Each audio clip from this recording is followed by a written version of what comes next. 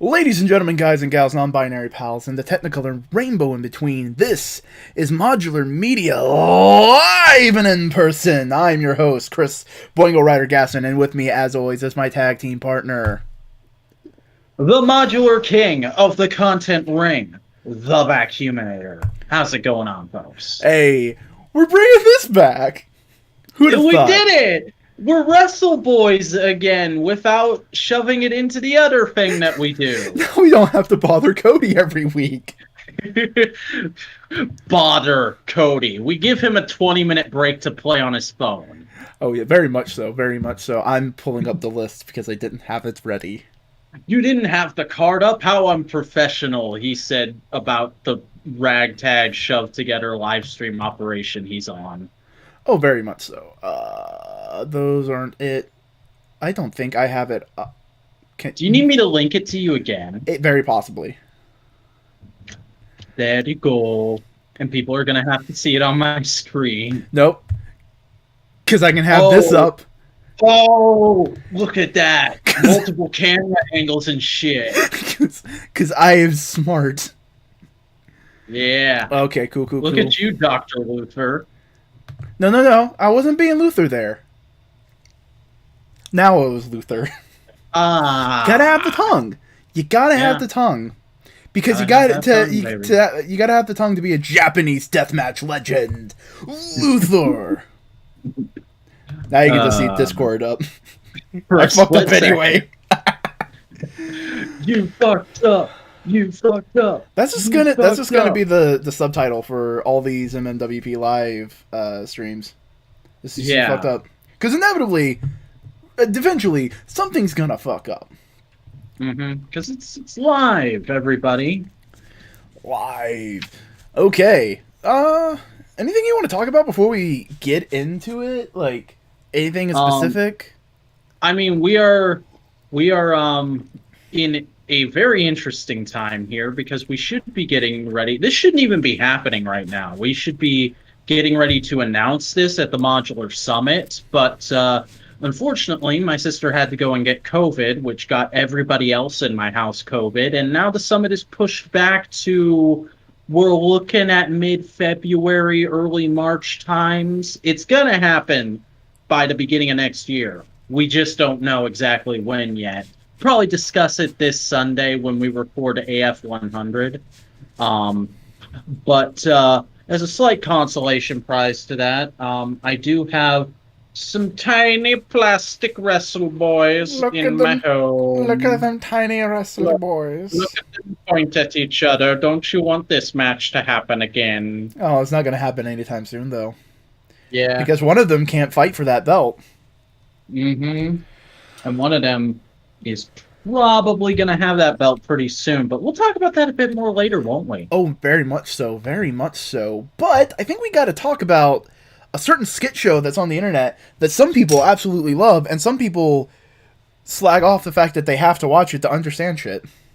BTE happened this week, of course, as it does every week, and we're going to recap some interesting stuff that happened on this week's episode. This week's episode starts off with a cold open bit where, like, Matt and Nick are checking out the full gear set. They're all excited.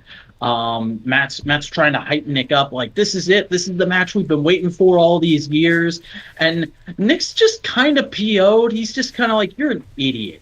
Why the fuck? As I suspected during those interview shots, I kept watching those and going like, Nick's holding his tongue because it's his older brother, but inside, he's got the face that says inside he's going like, why the fuck did you just say that, dude? And here, he full-on just goes, Matt, you're an idiot for making the stipulation that if we lose, we can't challenge again. And then in true BTE humorous style, Matt pulls out his phone and says, it's okay if we lose, because check out these mock-ups for the TNT Tag Team Championships.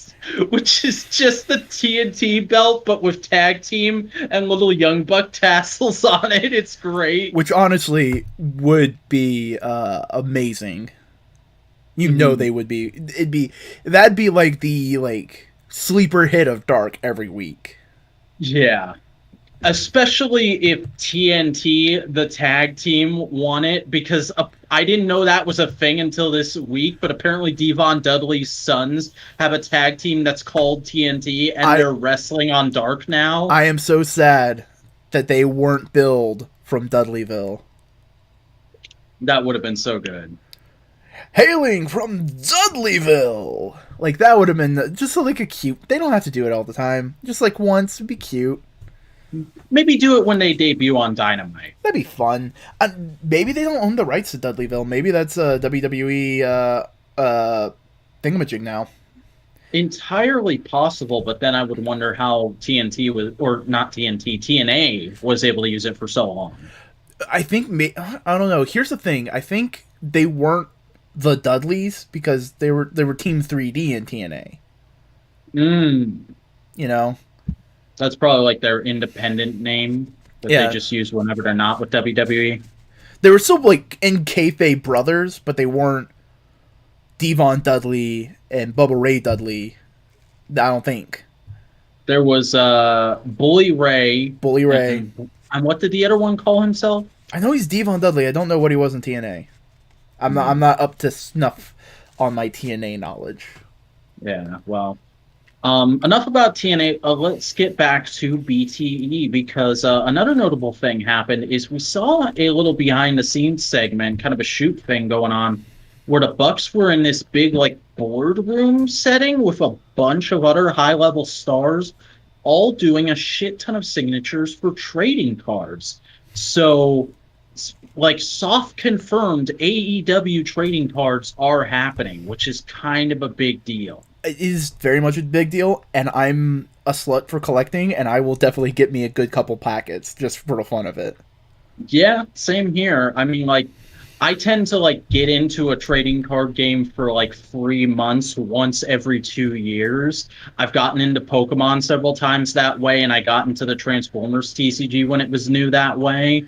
But these are going to be more like baseball cards. They're not going to be like a game. It's just going to be, like, stats. Yeah, but like I'm just expecting the same thing will happen. It'll be like 3 months of every time I go in the grocery store, I'll grab some AEW cards, and that'll be it. Yeah, this is going to be interesting. No, I've dived into collectible card games, but it's all digital. So like, this is just free packets, and it's been Shadowverse and Teppen. Oh, Shadowverse. I've not heard of either of those. Shadowverse is basically like Hearthstone, but anime waifu. And Teppen is a collectible card game that Capcom made. So like all the cards are based off of like Street Fighter, Mega Man, Dante from Devil May Cry, things like that.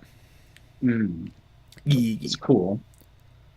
And then next up on BTE, we had finally the finals of the BTE Championship. What was the exact term? It wasn't crocodile. It was some kind of other. I don't. Because here's the thing. I didn't watch BTE. I've seen clips. Okay, so what had happened is they've had this whole tournament around this like kids golf game that's clearly like a toy Matt or Nick took from their kids and was just like, we're going to use this for the show. Is that okay? And it's been like all these wacky courses that they've like haphazardly set up around Daly's place and the hotel they're all staying at for Dynamite every week. And this week they did a huge, like really complicated course moving around some of the furniture in like 2 different hotel rooms, and it goes through the hallway, and it was a 3-way final between Matt, John Silver, and Trent. And it's weird because like I didn't expect myself to get invested in these. I hate golf. I'm not that big on putt, but like for some reason this even more dumbed down, even goofier internet version of golf, I would get like really into these matchups and stuff and just be like, oh, Nova's got it, he's almost there. And that did kind of happen a little bit again here because for a good bit, it looked like they were all pretty even with each other. And then suddenly Trent and Matt just leaped ahead of John Silver, and it became like, oh, God, John, catch up, catch up. Especially because they started off the bit by saying, like, it's really awkward for Matt because if he wins, everybody's going to think he booked himself to win, and everybody wants John Silver to win. Like, they acknowledged how popular John Silver was. John Silver is getting over pure, like, everything on his own. It's great and amazing. Mm-hmm. It's truly wonderful. It's exactly the way wrestling is supposed to work. But in a massive upset, Trent, who began this segment by admitting like he did not want to be there. He had a shuttle in 30 minutes and he was just like, I don't really care that much, but I somehow made it to the end of this tournament, so here we go. He won. Trent is the first BTE champion, and Lord knows where they're going to take that storyline now, because they pretty much dropped the whole best friends trying to murder Brandon thing, at least seemingly. So we'll see if this is going to like develop into a new thing for the best friends. I would love it because they are featured on Dynamite quite a bit. I would lose it if that belt showed up in a best friends promo on Dynamite. I can definitely see it, especially with like the precedent that they've kind of that this era of wrestling has set up with like the up down down championship. Mm-hmm. And the internet championship from one certain Matt Cardona. Yeah. You know, you can buy a replica of the up down championship on frickin' WWE shop now. Yeah, they own up down down. It's insane how that has just kind of like subsumed into WWE. Yeah. That may also be dumb conspiracy. Get your 10 hats. That may be part of the reason why they want to knock off the Twitch and stuff. That's true for people because hey, look, we have up down down. Well, you don't gotta fucking make a Twitch channel. If you want to play games for people, you can go there. Mm-hmm. Now stop trying to get over. Yeah. Meanwhile, in AEW, oh hey, John Silver, a guy we brought in as a jobber, but then him and his tag partner got over enough to get signed permanently, and now are two of the most popular and over members of the Dark Order. You want to just do shit? Mm-hmm. So popular that they have eclipsed Brodie Lee, who's barely been on AEW programming since he lost the TNT title. Like it's fun. Like here's the thing: he lost. When he comes back, it's going to be a huge pop. Mm-hmm. Because it's going to be like, holy shit! It's fucking Brodie Lee. Yeah. Dude's done licking his wounds. He's here to kick ass. I'm sure that's something they've got. What if they're planning like another year-end Dark Order angle with him? That'd be interesting. I don't think it's going to happen anytime soon, partially because they already got a huge returnee pop with Pac. Yeah. Though, Tony Khan has been saying, like, yo, the game of wrestling is going to be changing, man. We got shit planned on Twitter. Yeah, I was just watching a Wrestling Observer bit about that, and people are speculating on what he meant about that based on things that happened last night. I'm not so sure it relates to that, but we'll see. We'll see Tony Khan's also tweeted and said, like, hey, yeah, no, part of it was Pac, but, like, we have more aces up our sleeves. We have more shit to show. Yeah. Hold tight. Speaking of which, continuing on with the BTE recap, we got a really fun little bit where because the whole Brandon Cutler, Peter Avalon, Leva Bates thing is kind of over now. We've kind of finished off that story. Kind of trying to assert Leva into her own thing. I heard she had a match on Dark that she won this week, so that's interesting. But then also we got this fun little bit where Miro, Kip, and Penelope are all just backstage playing video games, very clearly doing the pantomime controller thing where you're just hitting buttons. But Leva Bates comes in and she's like, "Oh, that looks like so much fun! You guys, you're having fun. Can I play?" And Miro's like, what the fuck, you want to play? You want to play our video game? What? And Kip's just like, let her play, man. Let's let her have a turn.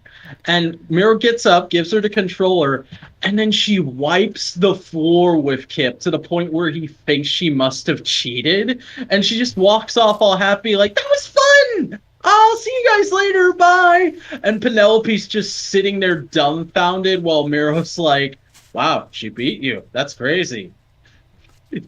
It was genuinely hilarious. And it's one of those little moments in BT that just makes all the difference. That sounds delightful. Like, it just sounds fun. Okay, real quick. For anybody who ever has to pantomime playing a video game, don't just keep pressing buttons. Pause sometimes. You know? Just take a second, pause. Because, especially if, you're trying to mimic, a fighting game, you gotta remember, a lot of it's, footsies and, thinking and outthinking your opponent. The Yami thing, or, no, Yomi. Yomi's the word. Yeah, and that was the thing that kind of made me laugh. I was like, they had to have done that for comedic effect, because as, streamers, they should know that that's not what gaming looks like. Yeah, no. But then we moved on, and we got to see the Bucks celebrating after their big win at Full Gear. They all go backstage, and they're like, wow, that was crazy. And then immediately Kenny comes up, and he's like, guys, I got something to show you. Come with me back to the EVP room. And he walks them back there, and he shows them, he's got them these custom baseball hats that have Young Bucks Tag Team Champions on it. And then he brings them in the EVP room, and there's plastic wrap over everything. And Cutler, Kazarian, and Daniels are all there with Welch's sparkling juice. And because remember, they're good Christian boys that don't drink. Yeah, they do the whole celebration thing, and there's a moment where Nick legitimately goes, the best part of this? There's no alcohol. And it's hilarious. Until we cut away and we see Hangman coming back, and he's putting on his shirt, and he hears them celebrating, and he gets to the EVP room like he was gonna say, like he was gonna go say something to them, and he just stops and he sees everybody celebrating and having fun, and he just kind of walks off, which leads into our ending stinger that we'll talk about in a second. But ooh, that was hard. They're getting their money's worth out of that heartbreaking guitar music that they use for Hangman half the time now. Well, I mean, that's 90% of his character is heartbreaking guitar music. That should be a lower third at some point. Just played heartbreaking guitar music with Orville Peck this week. Lo-fi cowboy jams to weep and sob to. Yes!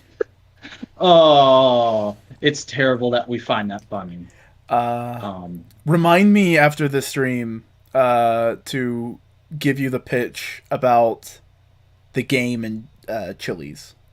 Yeah. Okay, just remind me those things, and it should jog my memory.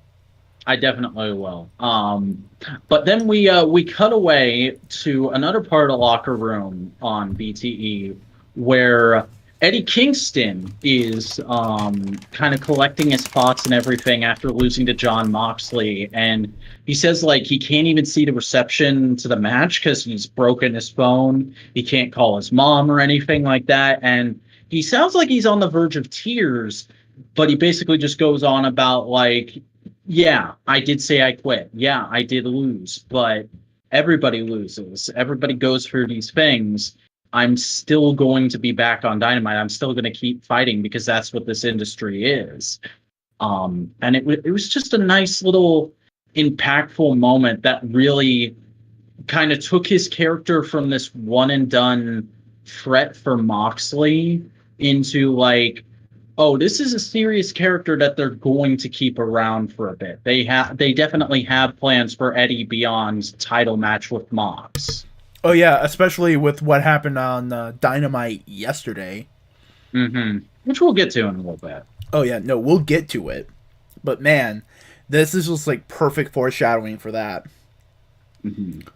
Just great, perfect little moment, and another little bit that shows why you need to watch BTE, because it doesn't necessarily introduce whole new elements all the time, but it always gives you these nice little tidbits that inform the character, or little side stories for that character. Speaking of which, if Dynamite is the big crossover Marvel comic, Dark is like the sub series that helps fill out Dark's some details. The street level heroes. BTE is the single issues of like very intensely character focused stuff. This is my last seaweed bit. Oh dear. Yep. But anyway, speaking of that whole side story thing, we cut backstage again to the Dark Order hangout, and everyone's like trying to comfort John Silver, make him feel better after losing to Orange Cassidy. They're all just kind of like trying different things, like let's do this, let's do that. Do you want to get Chili's? Will that make you feel better? And he's just kind of like, no, I'm kind of down in the dumps. And finally, Stu Grayson has the idea. Why don't we do that chant we did a few weeks ago? Why don't we fuck Hangman, fuck Hangman, and everybody joins in this giant fuck Hangman chant, and then Hangman freaking comes in and grabs a bottle of whiskey. Clearly, this is right after walking away from the Buck celebration. And he grabs a bottle of whiskey, and everybody kind of stops and goes like, oh shit, he's here. We were just chanting, fuck Hangman. What's he going to do? And he just starts pouring a glass, and he goes, don't mind me. Fuck Hangman. Fuck Hangman. Fuck Hang. And they all start cheering, and he just walks off. And then Evil Uno quiets him down and goes, don't fuck this up. I'll be right back. And just walks out after Hangman. And that's how BTE ended this week. And they didn't follow up on that on Dynamite. So my guess is we will see a follow-through on this next week's BTE, potentially leading to Hangman debuting for the Dark Order on next week's Dynamite. You hold on to that thought. Keep the people entertained. I'll be right back.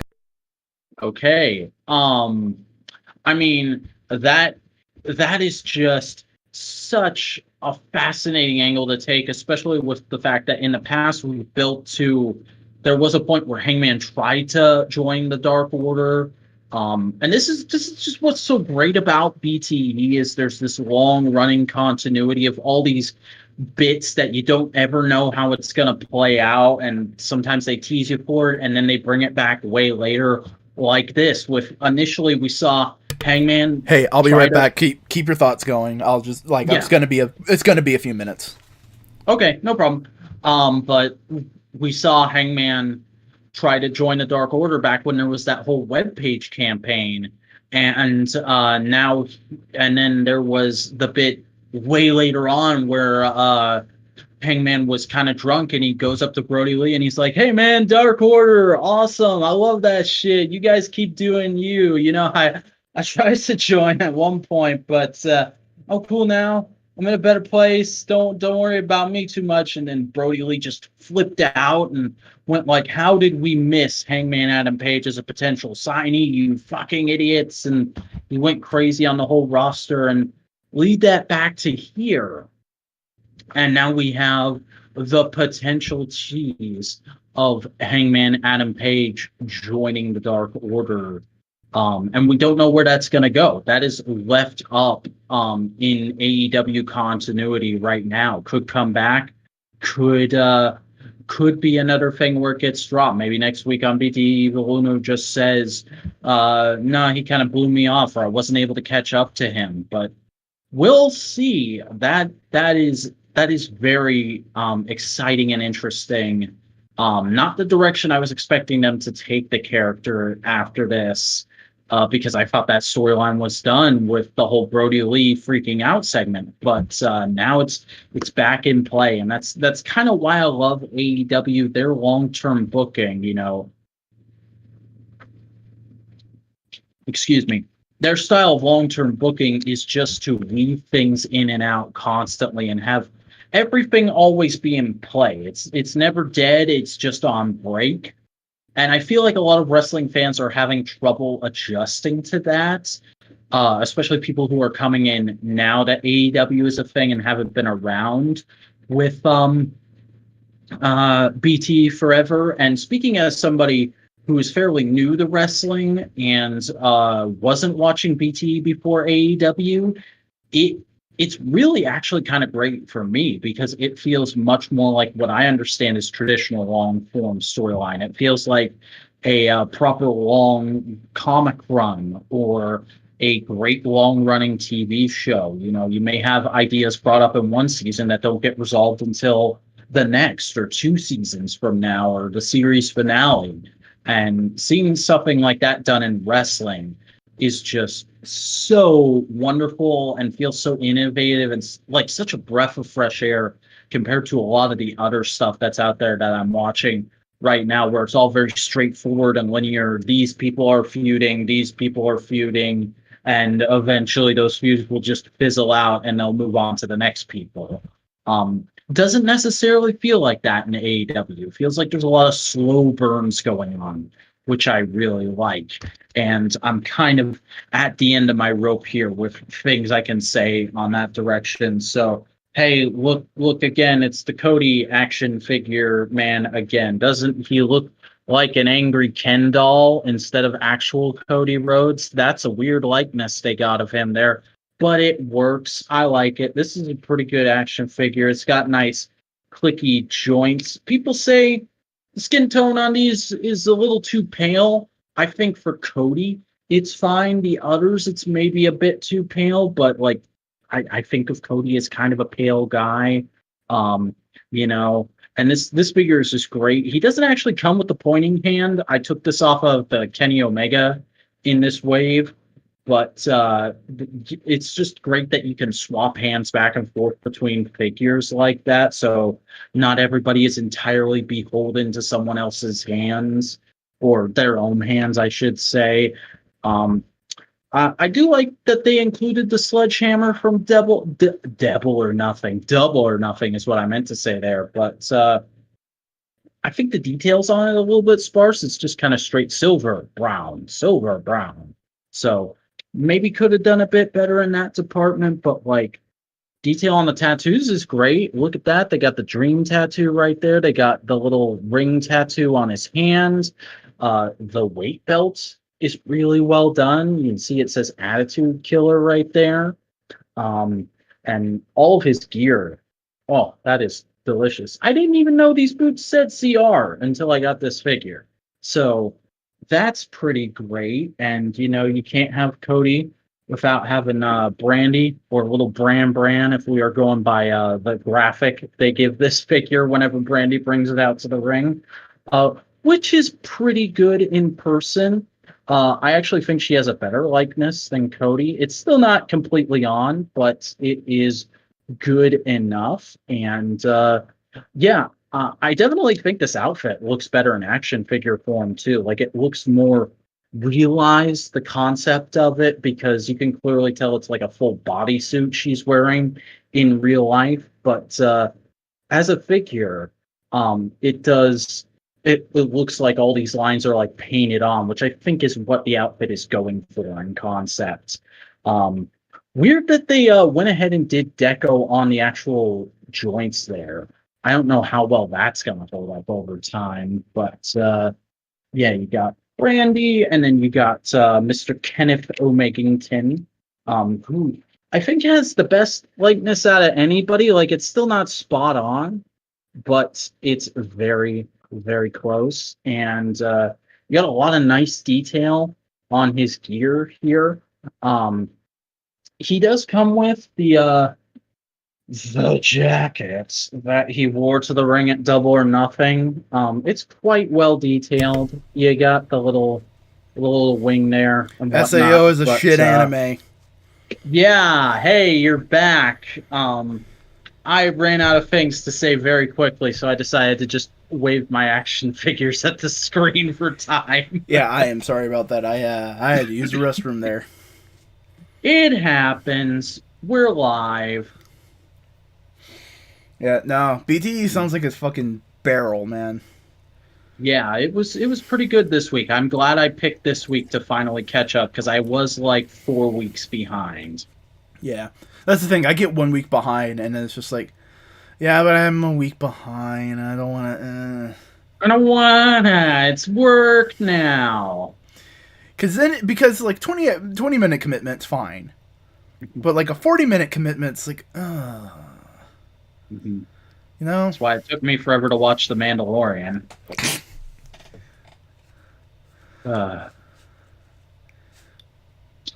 But yeah, that's pretty much everything that happened on BTE this week. And we would normally, I say normally, we're just coming back, but we would normally go into Dynamite right now. But there was another thing that happened, another stream, another big old thing that happened, which was the AEW Games 1.0 event. Very much.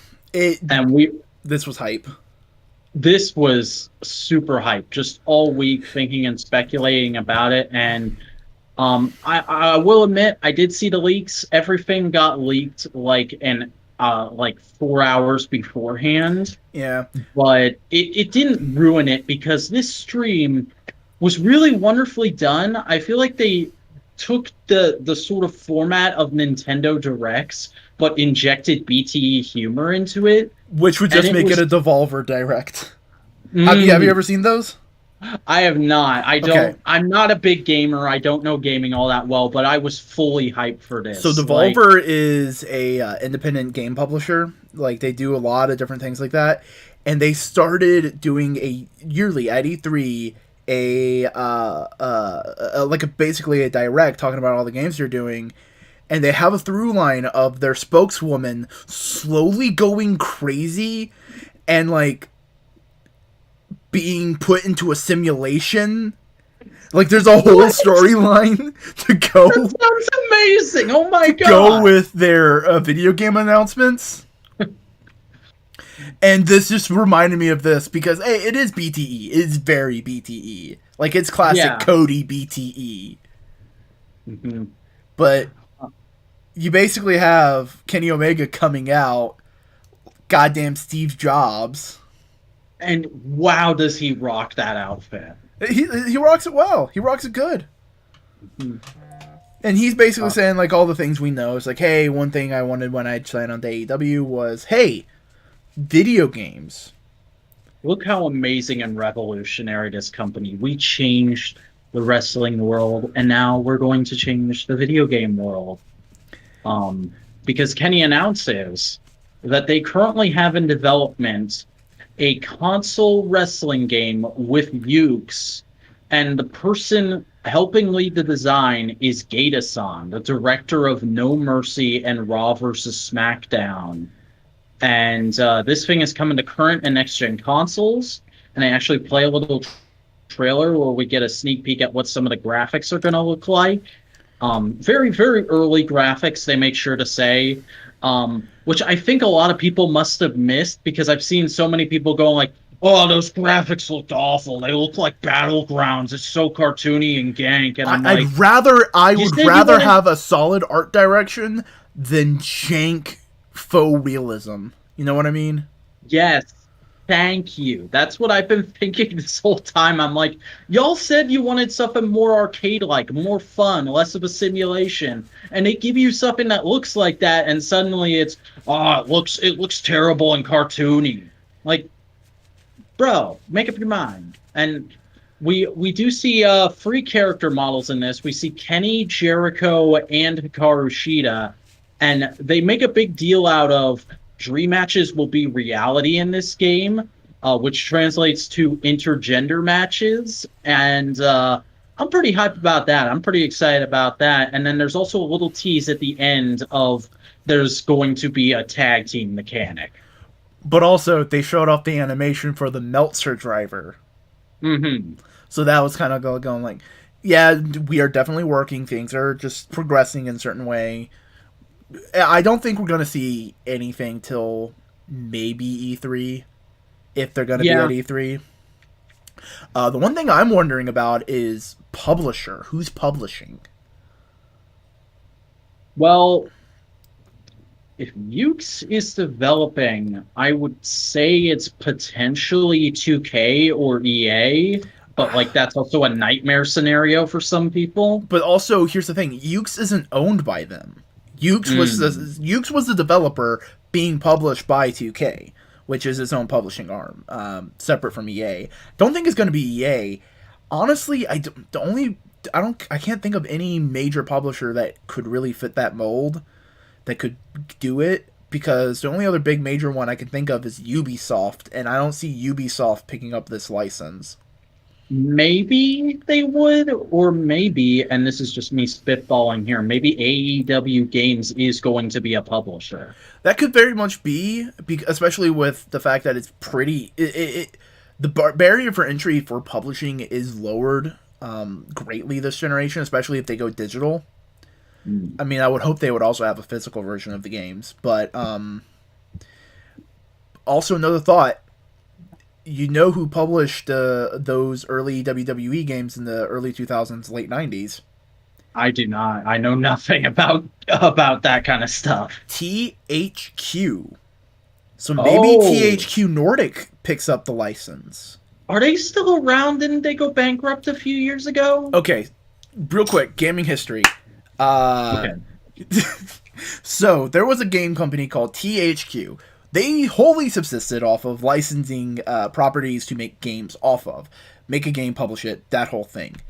In the late 2011, they started going bankrupt and started selling all their properties and IPs and licenses off. Well, there was a company in the Nordic area, I don't remember, I think it may be Norway, who bought some of those licensees and basically renamed, like, they were part of THQ, but they weren't they weren't financially independent of THQ. And they renamed themselves THQ Nordic, and they've been doing some pretty good work lately. Okay. Like, I'm pretty sure that's the whole story. Let me... HQ Nordic. Like, I mean, I don't necessarily need the full story right now. The main point is there's a console game in development. Yeah. I'm looking partially because I think that might be... No, they're Austria. They're headquartered in Austria. Nordic Games. Yeah. But yeah, this is very exciting news, just because this is something they've kind of been teasing from the start, and it's exciting to see them finally have it. It's very much like the action figure game. It's a big step that really legitimizes them as a brand.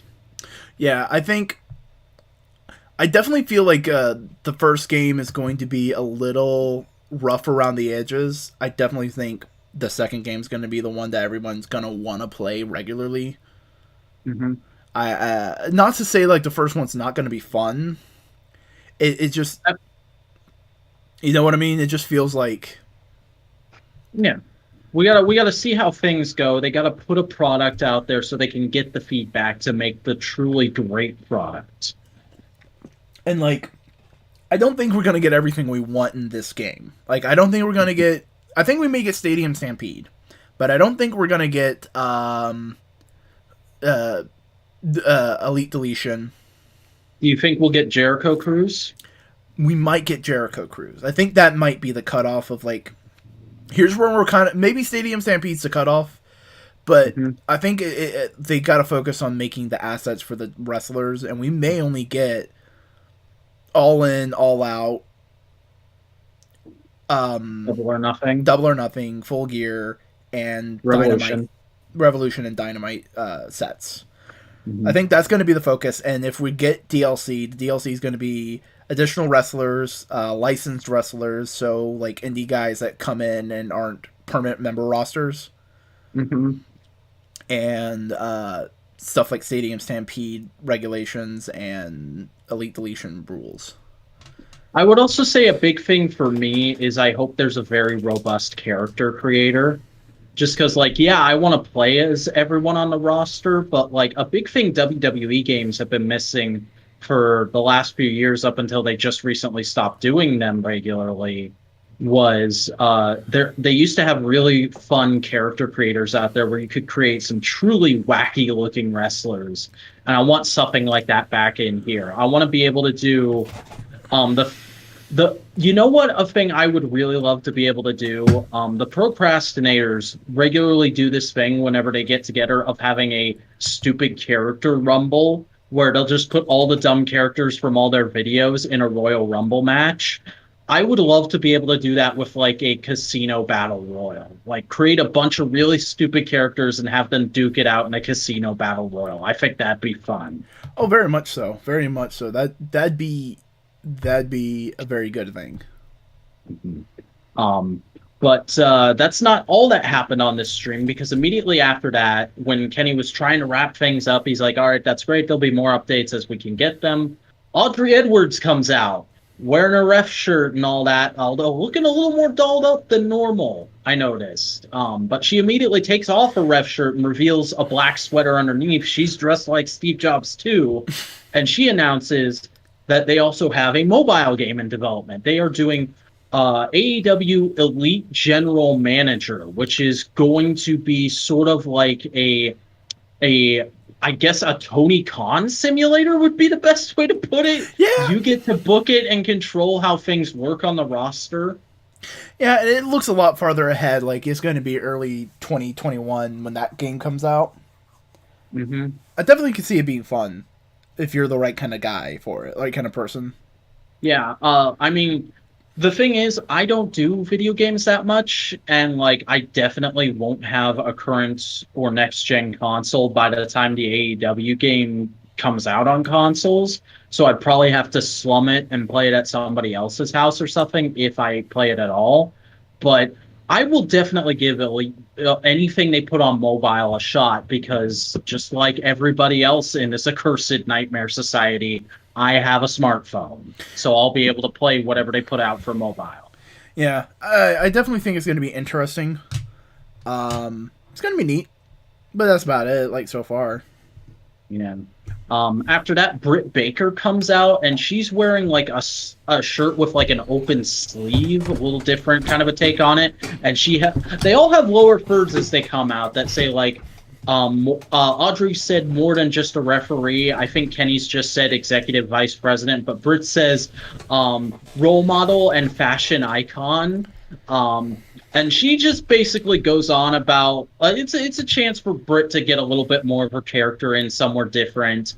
And she kind of goes on about like how she's a role model and this and that. And when she signed on, she wanted to be a part of the gaming thing, but specifically clothing wise. And she announces that they've got an AEW Games t-shirt that's up on Shop AEW now, and you can go get it. And I found that a funny joke just because they make t-shirts out of everything. It makes total sense. Yeah. And like that probably would have been great and funny, but for me it totally fell flat just because I gotta admit the AEW Games logo ain't that great. It's the AEW logo with games beside it. It's not even the AEW logo. It's a little ring outline that says AEW in it and then games in like fucking Arial italics. I mean, it's a very simple logo. I think it was just it wasn't even designed to be on a shirt. It was just designed to be like, here's where to put games and shit. Yeah. Just kind of we put everything on a shirt, so here's another thing on a shirt. But then Cody comes out, and Cody is very excited. He's really yucking it up. This is, like you said, classic BT Cody. He says, yeah, guys, the announcements aren't done. I'm here. I got my guns. He did that whole thing. And while Daddy was away on his little hiatus, he went and fast-tracked something. So he reveals... Real quick, can we stay on the Daddy thing for a second? Because that's the best fucking joke.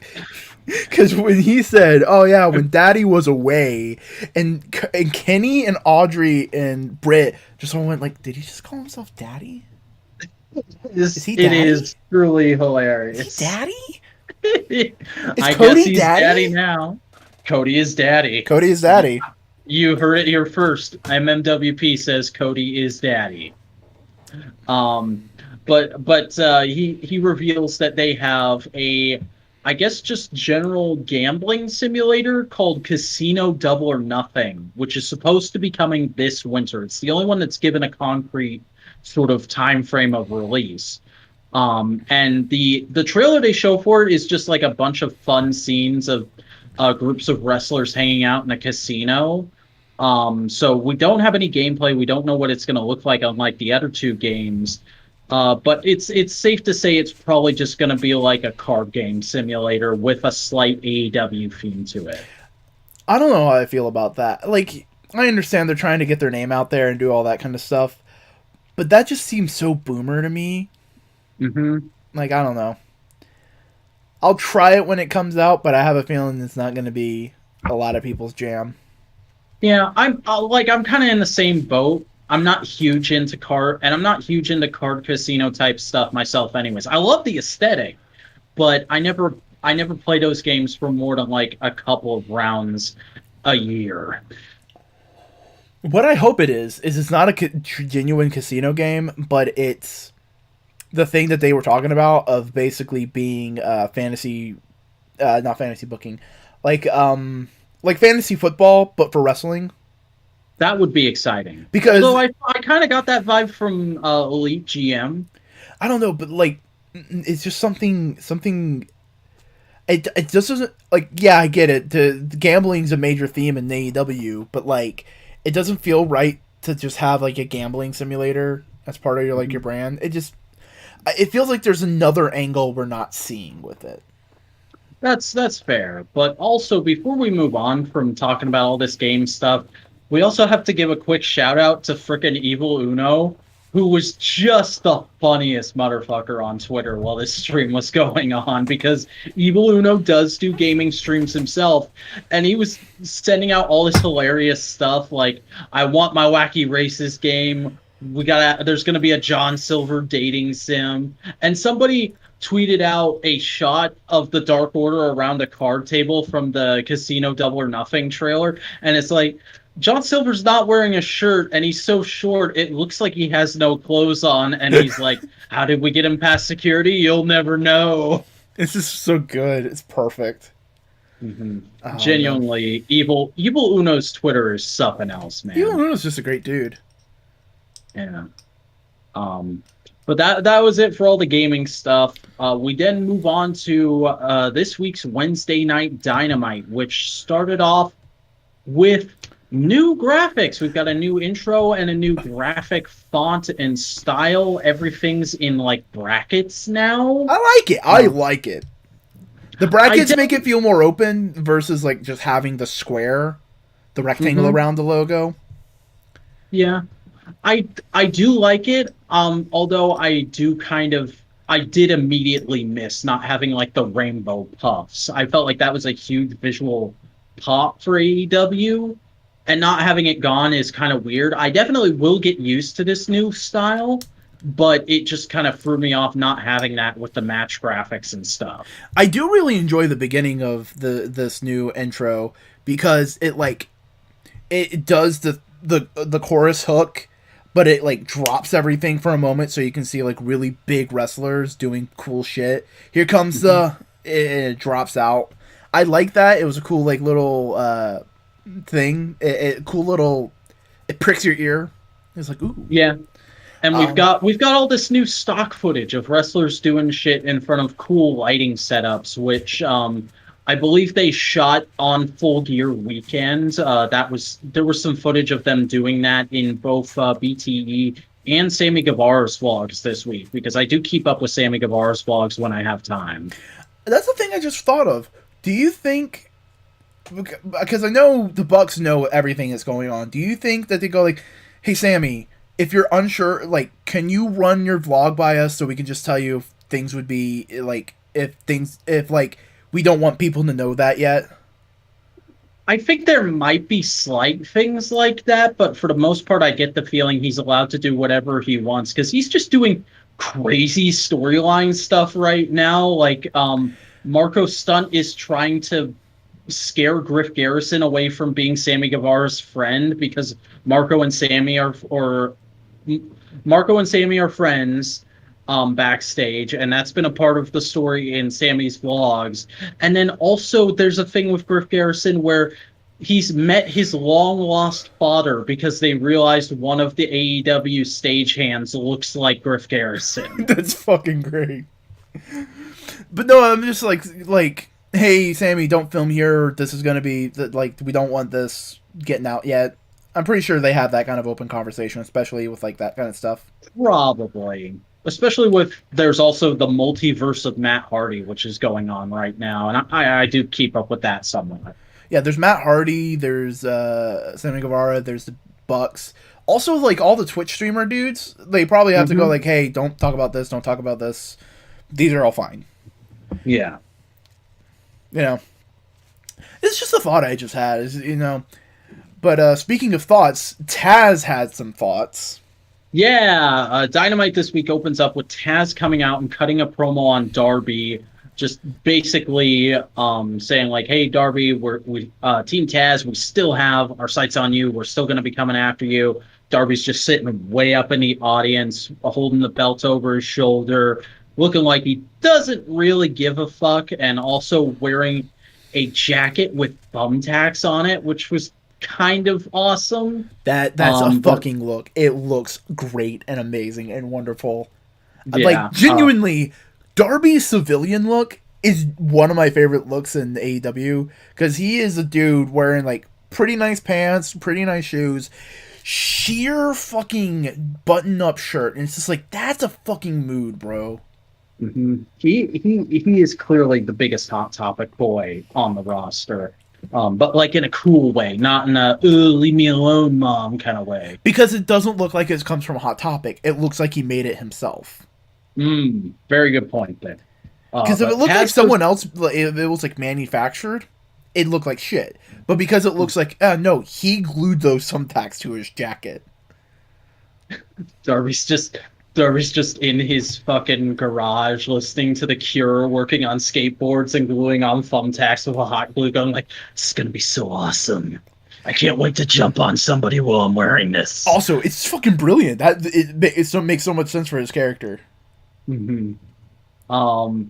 But Taz goes on to say that Cody needs to stay out of Team Taz's way unless he wants another ass kicking like he got at Full Gear. He puts over Matt Sydal, interestingly. He says, like, Team Taz, we're a bunch of ass kickers. We got Brian Cage in the ring right now, the FTW champion, and he's going to be taking on one of the best wrestlers in the world, one of the top guys in Japan, a major high flyer, Matt Sydal. He's coming out right now. And he goes over to join commentary, like, really puts Sydal over going into this match, which kind of threw me for a loop, but it kind of makes sense when you think about it for a second, because he's making Sydal sound so awesome, which makes Brian Cage look amazing when he beats him later. Make your opponents look strong, so that way you look stronger. And speaking of which, we immediately go into Brian Cage versus Matt Sydal, which was just a fantastic opener. Like, I had a lot of fun watching this match. It opens up really strong with Sydal doing that huge drop kick and knocking Cage down. And then there was that great bit towards the middle where he's doing bicep curls while holding Sydal. But eventually it does end with Brian Cage doing a drill claw and pinning Sydal. But the match went a decent length, and it definitely didn't diminish either guy. Like, Sydal put up a great fight, so he looks pretty good in defeat. Yeah, it's definitely interesting. They do a great job at that, but I can't wait to see more Sydal and maybe have like a chunky little storyline. I don't want it to be like months long Hangman style, but like a good 2-month storyline, that'd be interesting. And already they're putting in great work with him, because remember when he debuted at Double or Nothing, we were like, oh, he's fucking insta-buried, and neither of us really knew who he was. And now it's kind of gone from a point where they've done some legwork with him on BT, and now he's ready to come out on Dynamite, and he put out a great first showing. Oh yeah, and especially like I can definitely see like Taz going on and going like, yeah, no, we need more people in Team Taz to do more dope shit. Hey, Matt Sydal, you did some cool shit, but you haven't really gotten much of an opportunity, and you're one of the best. Do you want to join us? That could be fun. be an interesting storyline. But immediately after that match, Ricky Starks comes in. He cuts a promo saying that they are coming after the TNT Championship, and everybody needs to stay out of their way because they're going to take out whoever it takes, and it's not going to be pretty. But the Revolution will be televised, which is great. This whole opening segment was just like bam, bam, bam, getting over each character in Team Taz. Really, like, if you're coming in to AEW right now after Full Gear, like, okay, big pay-per-view just happened, everything's kind of soft resetting, immediately introducing you to the biggest antagonists on the mid card like this, that's gotta really establish to you a mood of what the roster is like, and I appreciated that quite a bit. Also, if he directly said the Revolution is going to be televised, I wonder if that's setting up Ricky Starks versus Darby Allin for the TNT title at Revolution. God, I hope so. That'd be fun. That would be a great match. But next up, we got Cody Rhodes. Oh, it's still nice to be able to say that. Yeah. He comes out and he cuts a promo, basically playing the babyface, kind of, again, reestablishing his character a little bit. He asks how the crowd is doing. He congratulates Darby and says they're not looking for a rematch right now, but they are looking for a rematch with MJF. He's kind of got that in his mind. He's considering that. It's percolating. And he does acknowledge that MJF has joined or is going to be joining the Inner Circle.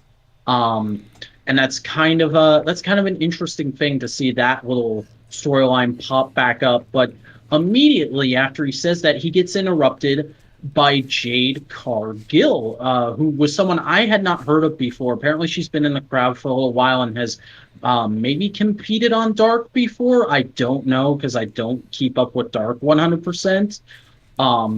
But she's someone who apparently both WWE and Impact have had their eye on for a little bit and have just never pulled the trigger. But she was like a huge indie wrestler, and now she's signed to AEW because she comes in and she says, Cody's lying to everyone. There's nothing giant about him. He's not the giant killer, penis joke, blah, penis blah, blah. And she also says she has a giant of her own, and Cody needs to watch his back.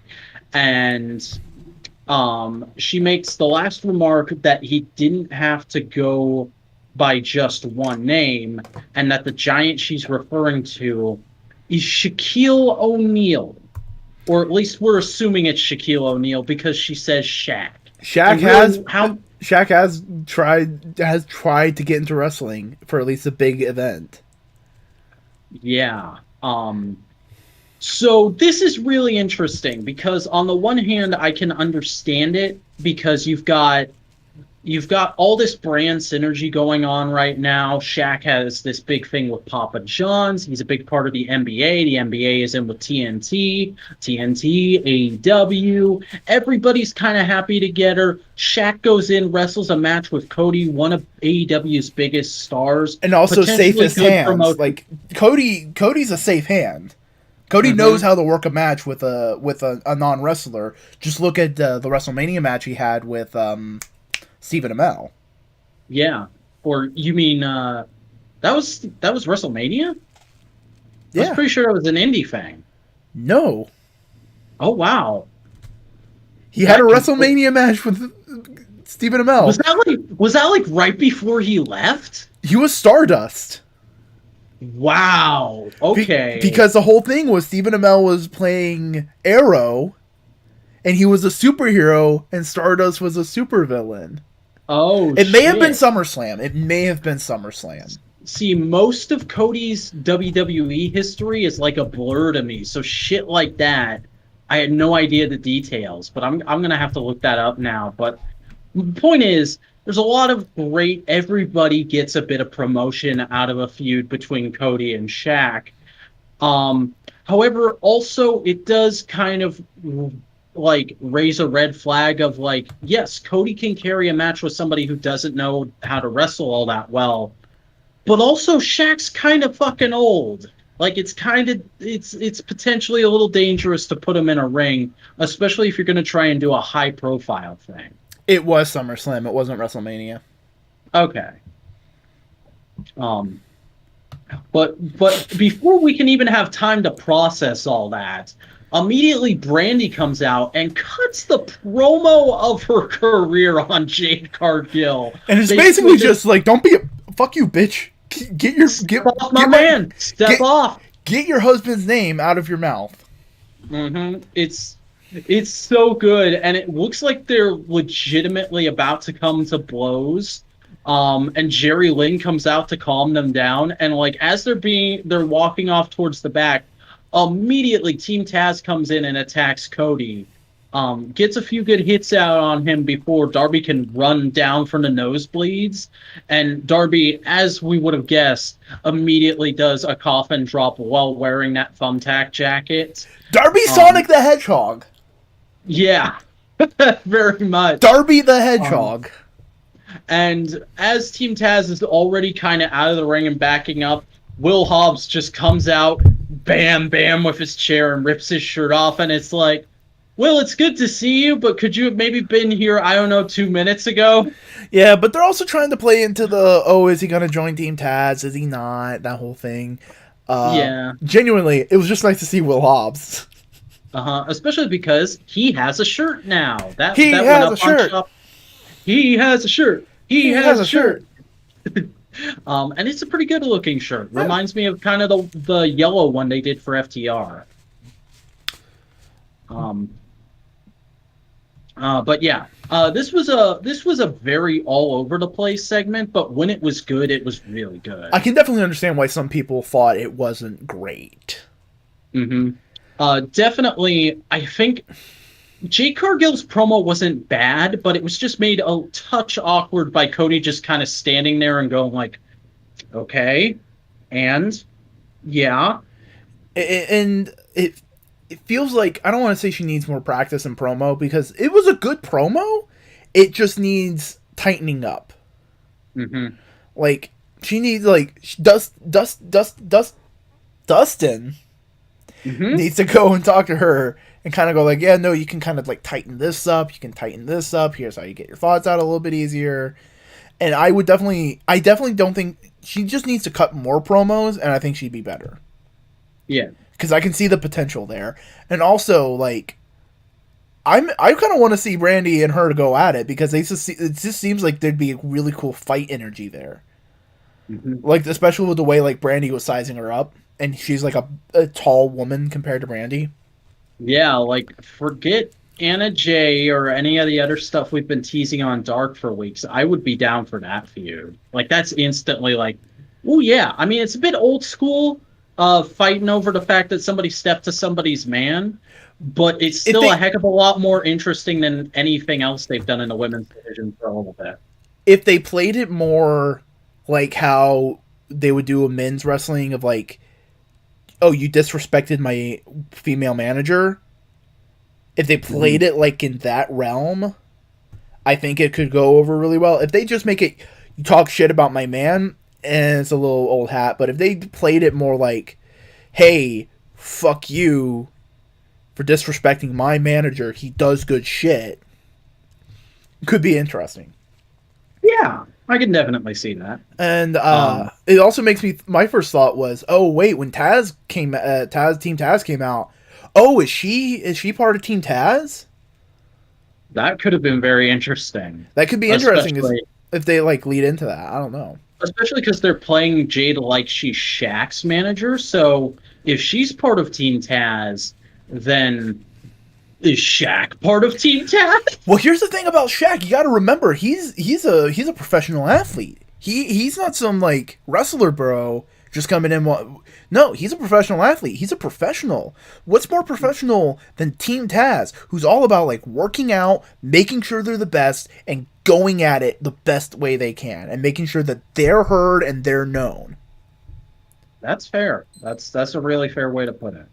I mean, and like, because here's the thing, Cody's a babyface. Nothing's gonna fucking change that right now. So if they're gonna put him up against Shaq has to play the heel. So how is he gonna do that? Well, he's going to be an athlete from an outside perspective, butting into wrestling, with a professional athlete heel stable, Team Taz. Mm-hmm.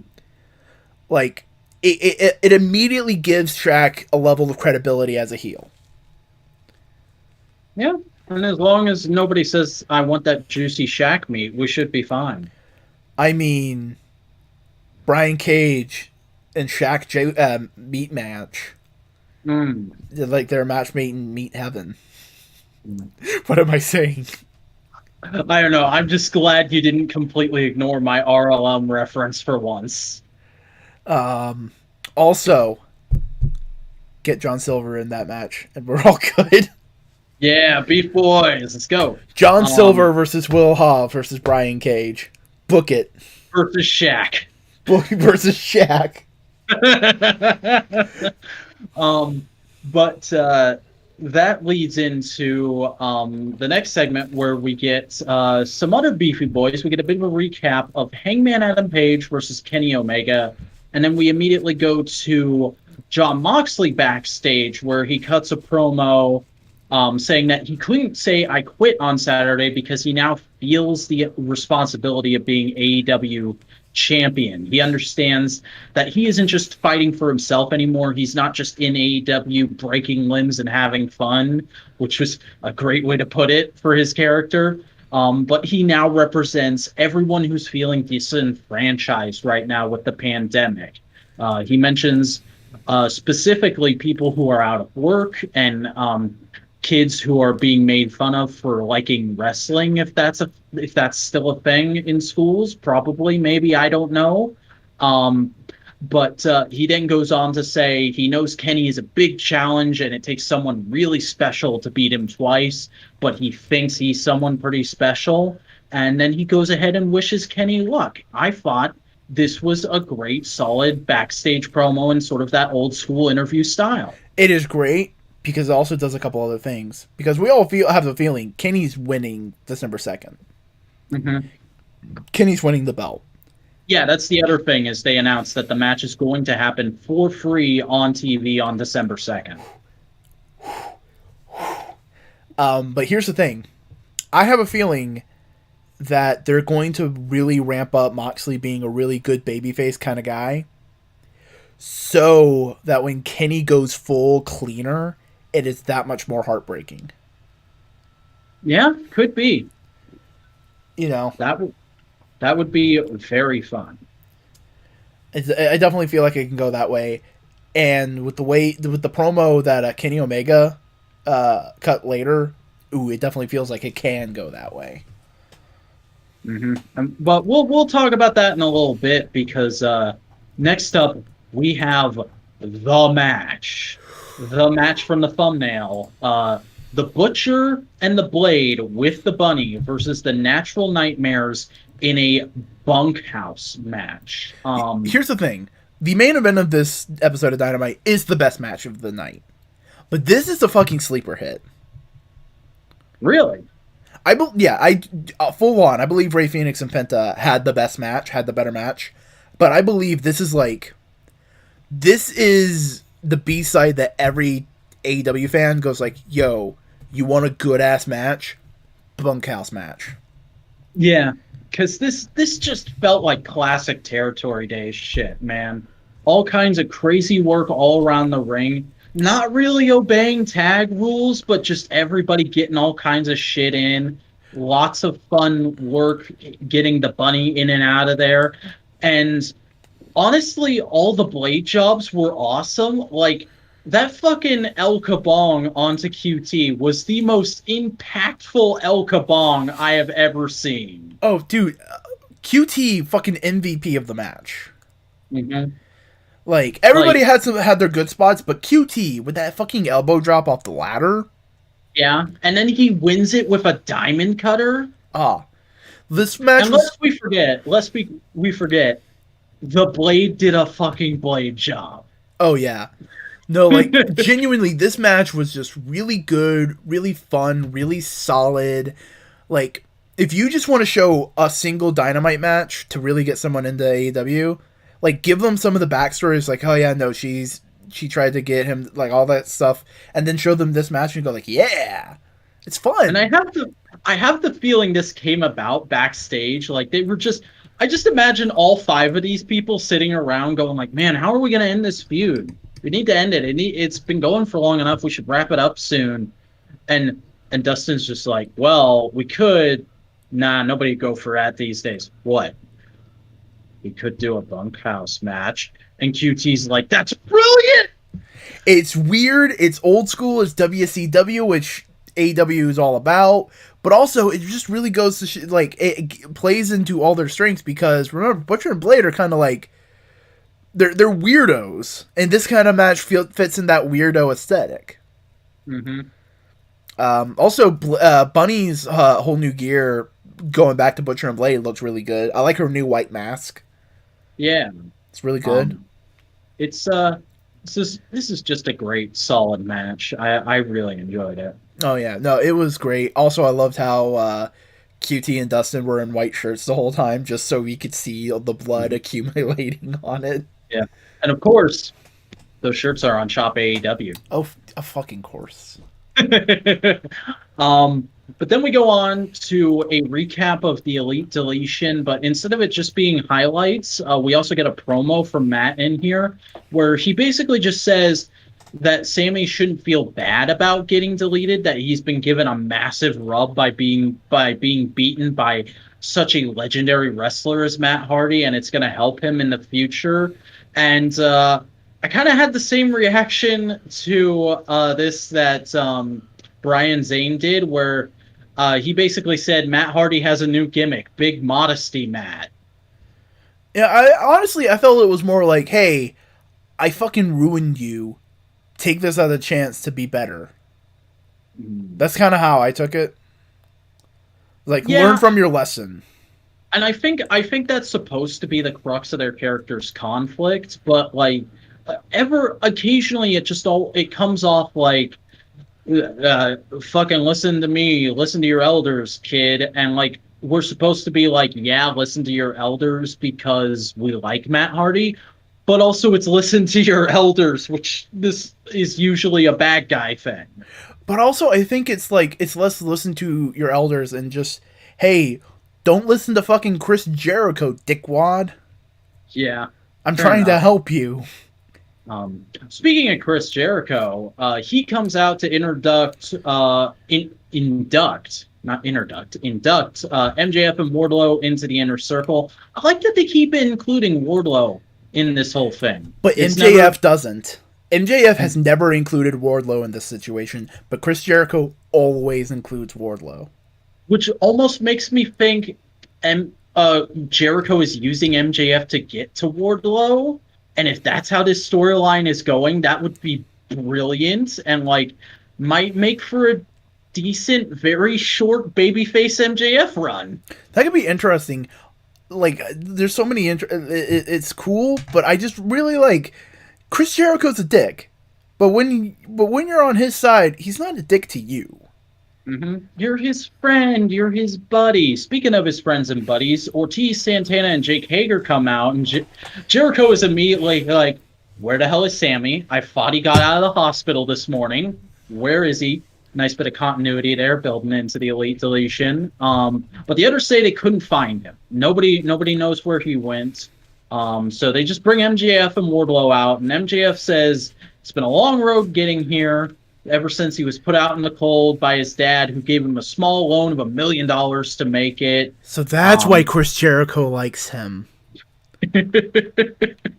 Yeah, because we kind of found out in the last couple of weeks that Jericho IRL is a big Trumper. He's a massive fucking chud. Or at least he's a big Republican. I'm willing to give him the benefit of the doubt. Dude, that he's been supporting. He's been supporting voter fraud allegations.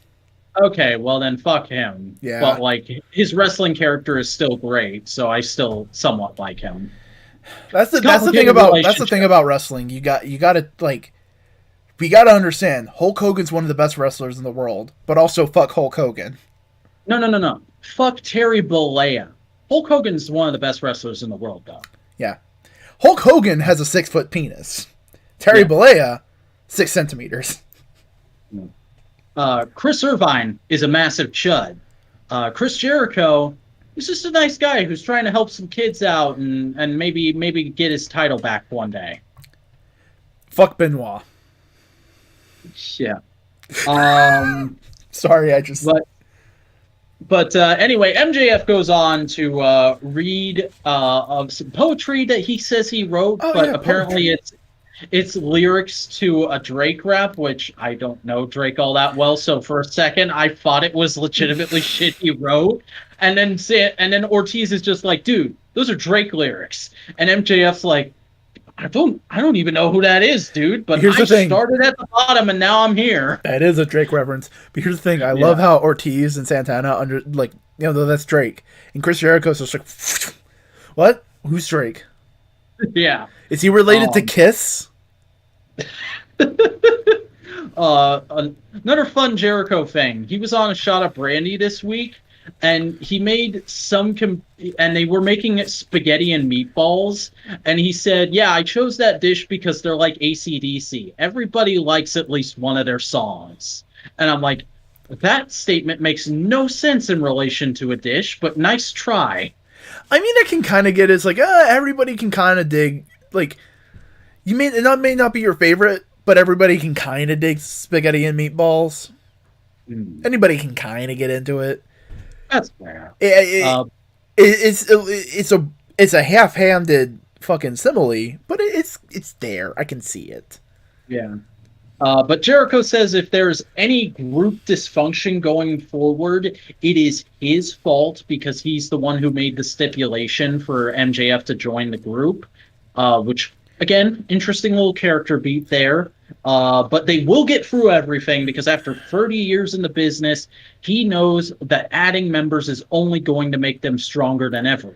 Clearly, Chris Jericho has never heard of the NWO during these 30 years in the business. Or of Bullet Club. Or of Evolution. Or the Authority. But he tells Ortiz to make it work because at the end of the day, they're all a team. And MJF says, "Thanks for adding me in, everybody." But now let's move on to the second part of this segment, which is that it's Chris Jericho's birthday, everybody. Celebration. I have balloons and confetti. He's now in the 50 above demographic. Yep, him and Chris Daniels. But MJF then brings out from his jacket pocket plane tickets, and he announces that the entire Inner Circle is going to Las Vegas for Jericho's 50th birthday next week, and that's going to be a whole wacky segment. Oh, very much. It's going to be very interesting to see what that looks like, because I have no idea what Vegas looks like right now during the pandemic. Who knows? It's going to be interesting. Part of me feels like they're just going to use, there's maybe a casino-esque area in the arena, and they're just going to use that and call it Vegas. Probably. If we're being more realistic, they'll probably do that. Also, it's safer, and I'd rather them be safer than sorry. Mm-hmm. Because that'd be interesting. It definitely feels like, on one level, MJF is kind of sincere, which is interesting. It's a fascinating little dichotomy there. Yeah, and we'll get more into that in a little bit because we do see the Inner Circle again later on in this show. But after this, we get a recap of FTR versus the Young Bucks, and then immediately go to Alex Marvez backstage by the EVP room. And Alex Marvez was just all over this episode of Dynamite because he was the one interviewing Moxley earlier. We'll see him talking to Kenny in a little bit. I get the feeling that they have a little more confidence in him now. Like he's probably gained the experience they wish he had at the outset because he was originally supposed to be on the commentary team. Yeah, I'm glad he's not. I really enjoy the commentary team we have. Mm-hmm. But honestly, I think he's one of their best interviewers. I love him as an interviewer. Yeah, he works great for the job because he got super kicked by the Young Bucks back when they were on that whole thing.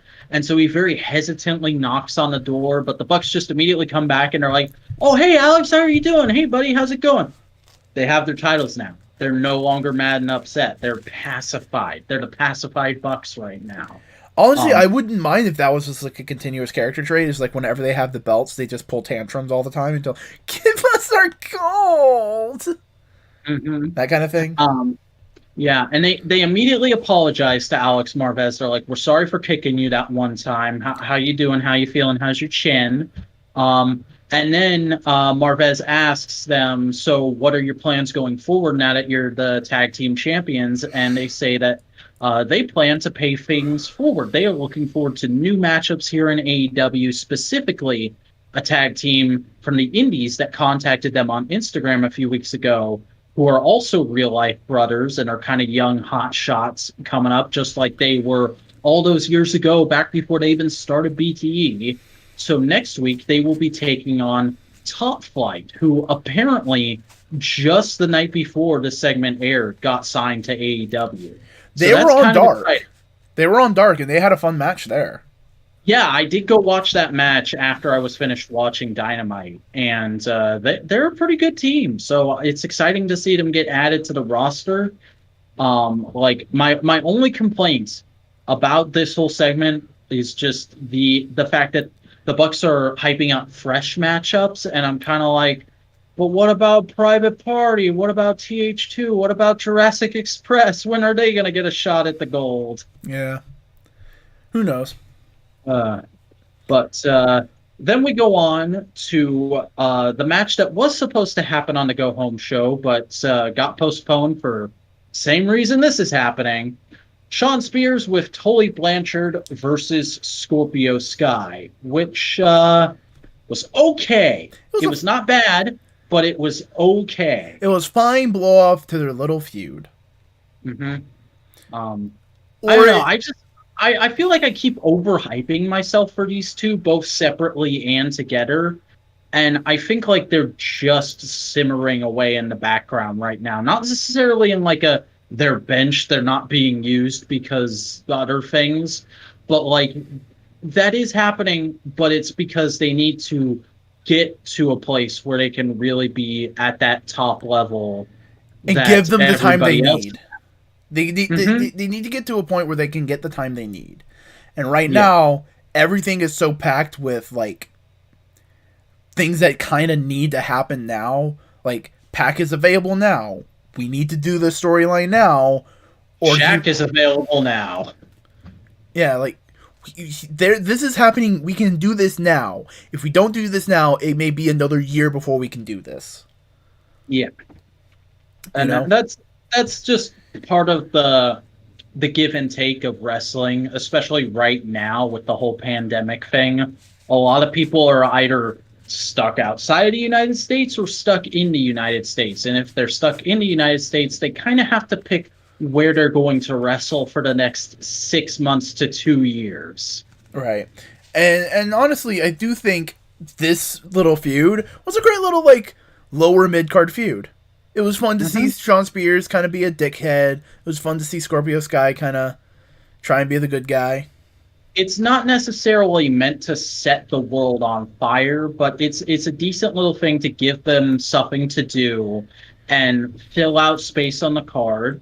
And, you know, in 20 years, when you're on the AEW network and you're diving back through old episodes of Dynamite, you'll go like, oh, I had no idea this happened. Way before these guys were big stars, they were having this cool little feud. Especially when, like, once they do get them on the front burner and they do start doing a lot more with these two guys, this is the kind of feud that they can go like, yeah, no, like they had a pretty heated bit of competition a few months ago, and now Scorpio Sky's gunning for the main title, and Sean Spears is going like, hey man, fuck you, I beat you the other time, fight me and give me your title chance opportunity, you know, that kind of, like, they can play into it and have that be an obstacle later on. Yeah. And like, the only complaints I would have about this segment, which is kind of an overarching complaint with Dynamite this week, is just Tully Blanchard was here, but like he didn't show any sort of distraction or reference or like irritation over what's going on with FTR. FTR weren't on this episode at all. And there has been speculation that FTR were just brought in for this feud with the Young Bucks. But given the fact that they were paired with Tully Blanchard, I feel like there has to be more stuff going on going forward. And I can definitely, because here's the thing, they also had a FTR's All Elite graphic made. That means they're fully signed with the company. Yeah. That's how you, for people who don't know, that's how you tell when a wrestler is fully signed on AEW, is when they tweet out that little graphic. Because if they don't do that, they are a temporary independent contractor, and they're just coming in for a few dates. Yep. So, but after that match, we go backstage where Dasha Gonzalez was supposed to be interviewing Kenny Omega, and she's like, "Well, he got up and walked away. I don't know what's going on." And we cut back like we're going to go on to something else. And then immediately they're like, "Oh, we're hearing something. Alex Marvez is in the parking lot. He's running Kenny Omega down." And Marvez catches up to Kenny, and he's like on the phone with somebody. Potentially, this is teasing somebody else he's working with. And he hangs up, and Marvez starts interviewing him, and he goes, "Yeah, beating Mox is a big focus for him right now. It's going to allow him to take back the one thing Mox has stolen from him, which is that he's considered the best wrestler in the world." Apparently, they're playing it like Mox has that title right now. I mean, he was Pro Wrestling Illustrated's #1 wrestler of the year. That's true. And he goes on to say he's ready to be the best bout machine and the cleaner again. He's heard all the talk backstage, and he's going to try and live up to it. And he also makes a nice little jab at Moxley, which is that he went through the records, and there's no record of them having a match, because that match they had at Full Gear last year, that was unsanctioned, and it doesn't count. Yeah, no. Just like a full-on regular match. It's going to be exciting. It's going to be interesting. And then we go on to our women's match for tonight, which is Tay Conte, with Anna Jay versus Red Velvet with Brandy Rhodes. And this is probably the best women's match we've had on Dynamite in weeks. I really enjoyed this. It was really good. Also, it plays into some storylines that they're setting up. Yeah, there was a lot of solid character work here, which I was not expecting, but like they built it very well on both Dark and social media. And then we get them coming out here, and we get like a solid little chapter of a story where Tay and Anna are clearly friends, but there's a bit of an unease to it. And Red Velvet is really wanting Brandy to be behind her and big her up, but Brandy's occupied with the shit that's going on with Cody right now. And they're having this match where one person has to support their friend, one person only kind of has it. And eventually Tay wins because she does have more support, even though that support came in the form of Anna throwing a chair into the ring and saying you should hit her with it. And Tay's just kind of like, no, I'm not doing that. Oh, yeah, no, that was fun. It is definitely the beginnings of stuff. It is not necessarily like full on. They fixed the women's division. Hooray, hooroo. It is very much. They're building things. They're building things. Like, this is very much a step one. The earlier segment is a step one. They are going to be moving forward, and it definitely feels like it. And I think that's a very conscious thing on their part, because Tony Khan did acknowledge during the media scrum that people haven't been thrilled with the women's, the Full Gear media scrum. He got a question about the women's division, and he was like, yeah, I know people are kind of upset that it's not been getting the time it deserves, and we're going to try and put more work into that going forward. And this feels like the beginnings of that, especially with some social media work that came after this, where Tay Conte posted a little video of her and Anna walking backstage, and Anna's just like, well, that match went well, but it could have gone better if you'd just taken the chair. And she's like, yeah, no, we don't do that. You're paying for the wine tonight because you did that. That's cute. Also, I really like Anna Jay's little gloves. Yeah. Those are fucking perfect. Also, Dark Order we're in the wings, keeping an eye on stuff. That can be interesting. Very interesting seeing again how they all kind of group around each other and support each other, even when it's their extremely abusive leader.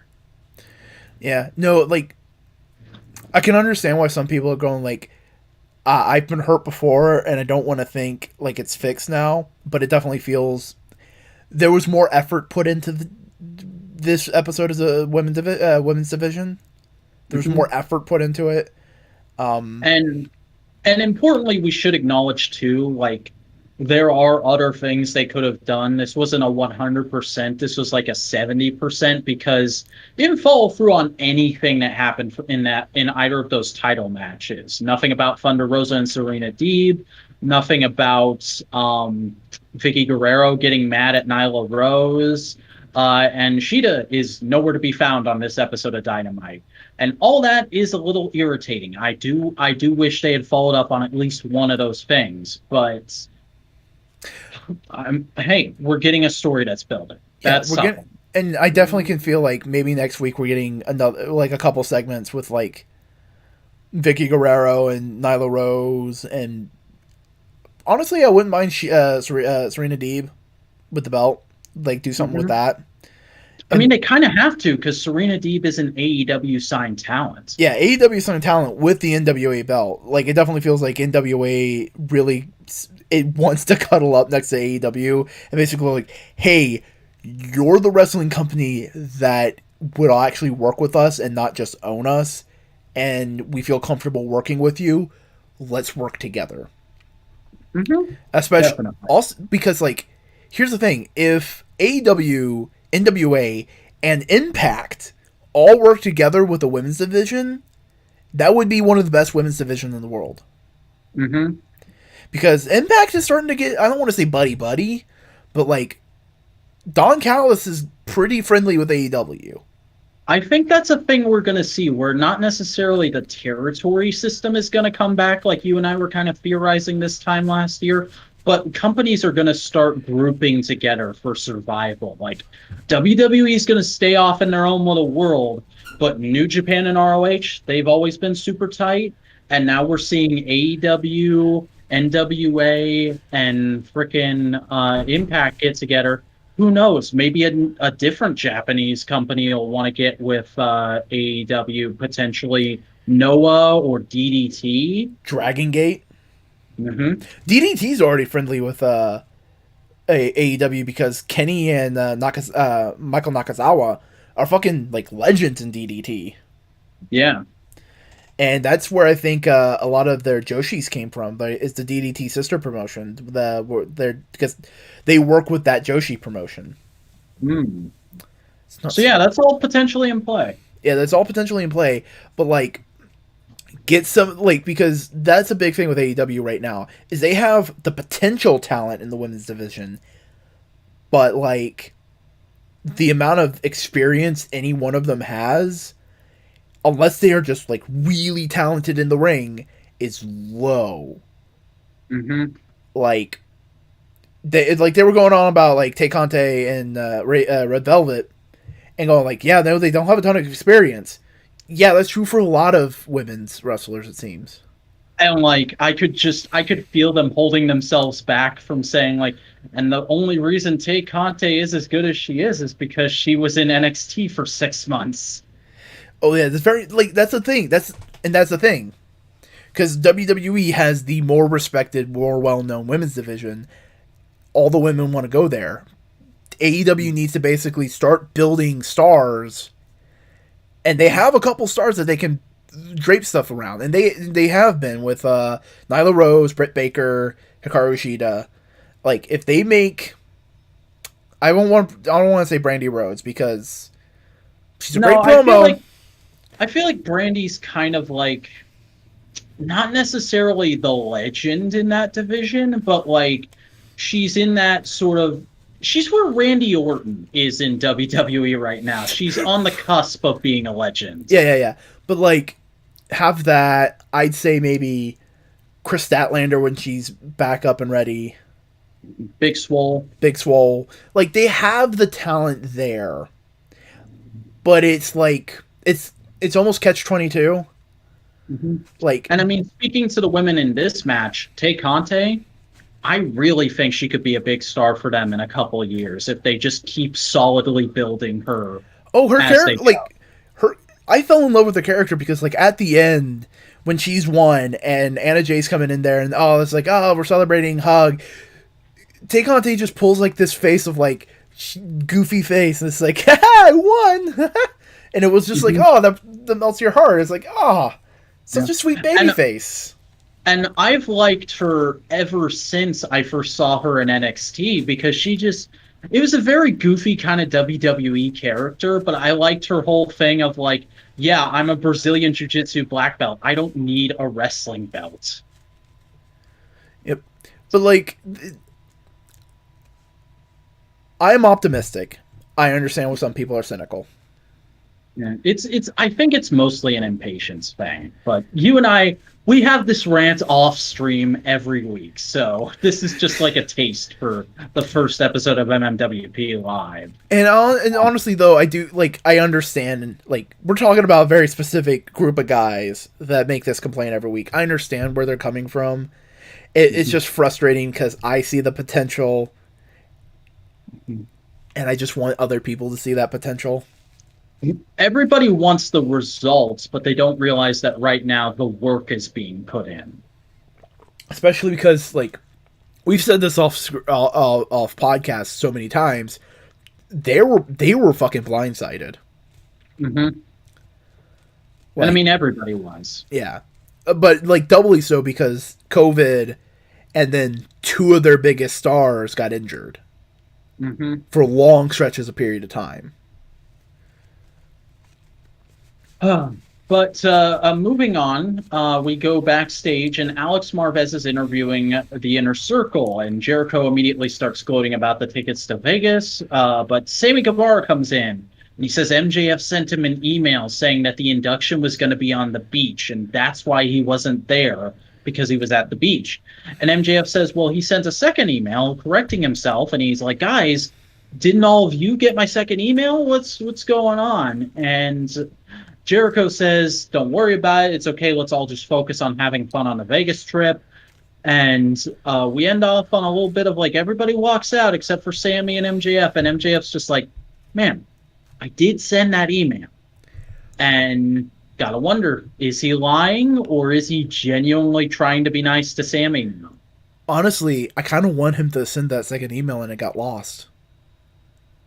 Because that would just be really interesting. Like, that'd be an interesting thing of like, because I can see this being a cool feud where MJF is the heel, Sammy Guevara is the face in the situation, but MJF is telling the truth. Like, no, I've been trying. I've been trying to do this, and Sammy just goes like, really. Sorry, go ahead. And Sammy just goes like, I don't give a shit. You're still being an asshole. Mm-hmm. But that would also like play really interestingly into MJF's character, especially considering back at the town hall, MJF said the big reason he wanted to be in the Inner Circle is because he realizes that teamwork is the one thing he doesn't have down as a wrestler. And it could be interesting to see him actually trying to make a go at being good at that. There's a variety of things going there. And it also feels like that last little sting with Sammy Guevara that lingers on him. It's like, I didn't get a second email. And he's like starting to, he doubts himself a little bit. And he's like a little bit like frustrated. And it's like, come on. It's interesting. There's nuances there. And I really dig that. Like, that's fun. Yep. Then we get a little recap from Full Gear of a backstage segment, which basically just establishes that next week a match they're going to have will be Kip Sabian versus Orange Cassidy, which should be fun. Time to put Kip Sabian on the map. Time to put Kip Sabian on the map. I'm not expecting a whole ton from it, but it should be a fun match. And they do also, because this had been teased earlier in the show, but they do also confirm that Darby and Will Hobbs versus Team Taz will be happening next week as well. I thought it was Darby and Cody. I'm not sure. Maybe it's... Thought it was Darby and Cody versus Team Taz. That's probably what it is, and they probably just had Will Hobbs in the match graphic, and I didn't fully get it. Maybe. I don't remember. It's been a day. Yeah, and it's also quite late. So Eddie Kingston comes out. He says even though he lost at Full Gear, he's gonna keep going and he's gonna be world champion one day. Because yeah, he said he quit, but he's gonna keep going because all the people in the audience, they quit and they'd never wrestle again. Just full on, we're full on heel with Eddie now. Oh no, he was full on heel. It's just like he had some sympathies, and now it's just like, oh, you learned nothing. Fuck you. Mm-hmm. Yeah, and then he goes on to say he is a leader of violent people, and we're going to see some violence next. Two of the best luchadors in the world, Pentagon, or Penta L0M, and Ray Phoenix coming up next, and he goes and gets on commentary. And we immediately go into Penta versus Ray Phoenix. And I'll admit, I did miss a bit of this match. I was doing other things, running around doing some gopher shit for the two of us. But you thought it was an absolute banger, so why don't you tell me some highlights? Okay, so first things first, they went full on Rudo, Luchador, and they just ripped each other's masks. Yeah, I did notice that at the end. Because, like, Ray Phoenix, not Ray Phoenix, Penta starts it. He just, because it's like, fuck you, you're my little brother, fucking do what I ask, kind of thing. Mm-hmm. And that's kind of the whole vibe of the match. Because Eddie Kingston's kind of getting in that in Penta's ear and saying, like, he's your fucking little brother. Fuck him. And so he rips Ray's mask. They wrestle for a little bit more. And then eventually Ray Phoenix rips Penta's mask. And the best thing is Eddie really sells it, interestingly. Because Eddie, when Penta rips off Ray Phoenix's mask, goes like, nah, but we're in America. It's not a DQ. Fucking go for it, man. All's fair in a fight. And then when Ray starts doing it to Penta, he goes like, stop that. DQ him. It's being a piece of shit, kind of like thing. And it's like, oh, okay. You don't care, like, you care about Penta. You give very little to no shits about Ray. Yeah, I saw some people saying that it seemed like he was trying to split them up. And that's kind of the vibe that Tony Schiavone was always going, was like, hey, these guys were a well-oiled tag team of brothers, like, not that long ago, and then you showed up, and now look at them. They were ripping each other apart, and it was a full, like, every kind of Ray Phoenix move you'd want, they kind of, like, did. They did great Penta moments. The only thing, like, knocked my, okay, everything's good. I knocked my microphone. I knocked my microphone off for a second. Hold on. Okay. Can you talk? Uh-oh. I can't hear you. Hold on. Can you hear, talk? Can you hear me? Nod your head up or down. Okay, you can hear me. This is fucking hilarious. Hold on.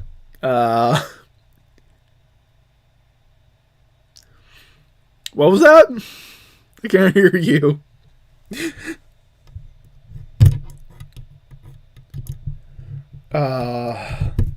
Okay. I don't know what happened. Hold on. Yeah, it's not that. This is fucking great. Okay, so I'm going to disconnect your video call and then bring you back, see if that helps.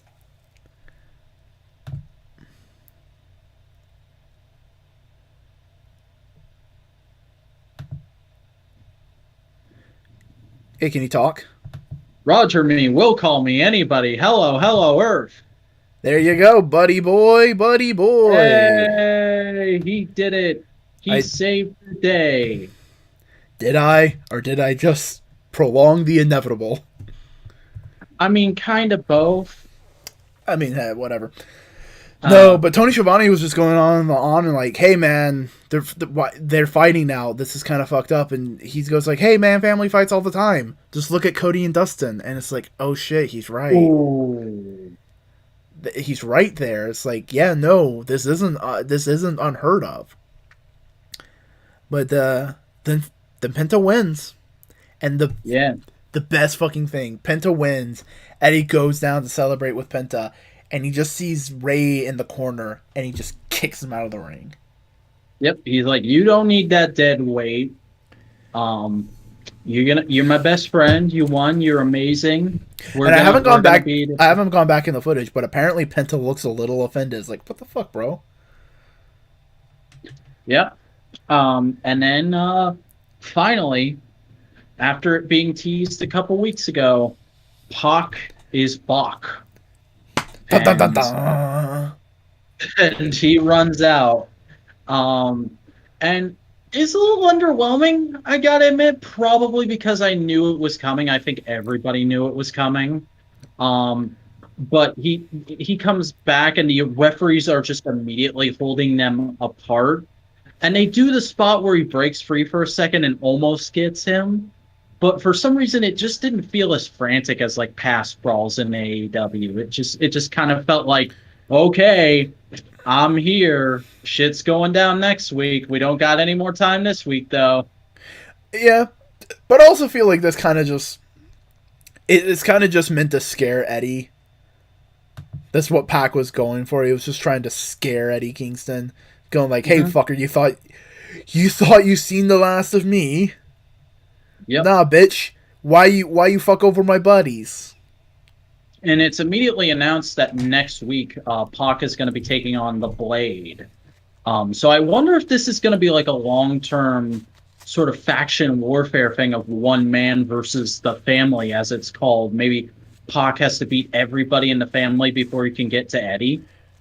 What I would love to see is that kind of thing happen, but the end, the whole culmination of the feud, Pac becomes leader of the family, Eddie becomes his lieutenant and his voice.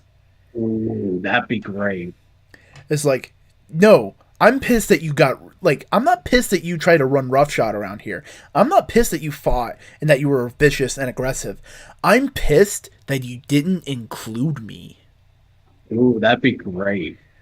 And another cool thing I thought of, he has to fight his way through every member of the family, so you know what he does for the bunny.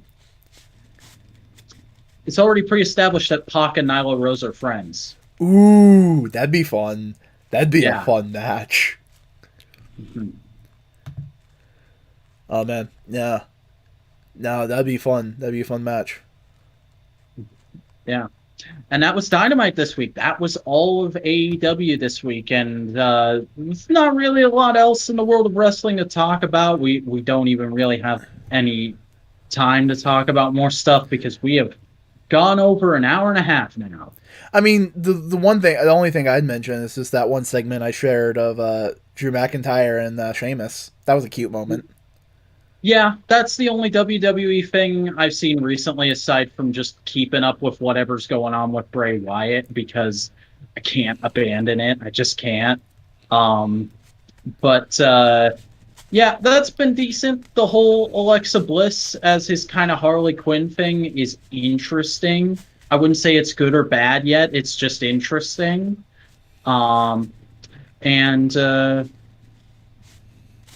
Yeah, Impact certainly does exist, doesn't it? ROH certainly does exist. I had a thought, now that we're doing this kind of live, we could be a little bit more off the cuff. What if one of us just like picked one other wrestling show that we can just tell the other person what's going on about? Potentially that could be fun, yeah.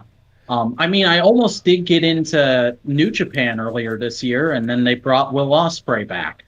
Yeah.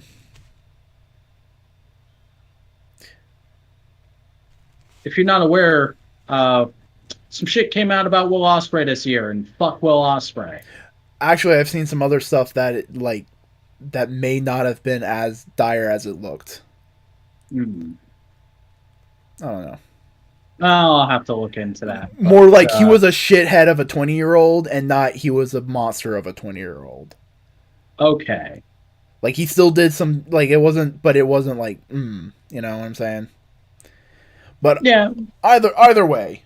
Wrestling was good this week. Will Ospreay notwithstanding. people, whatever.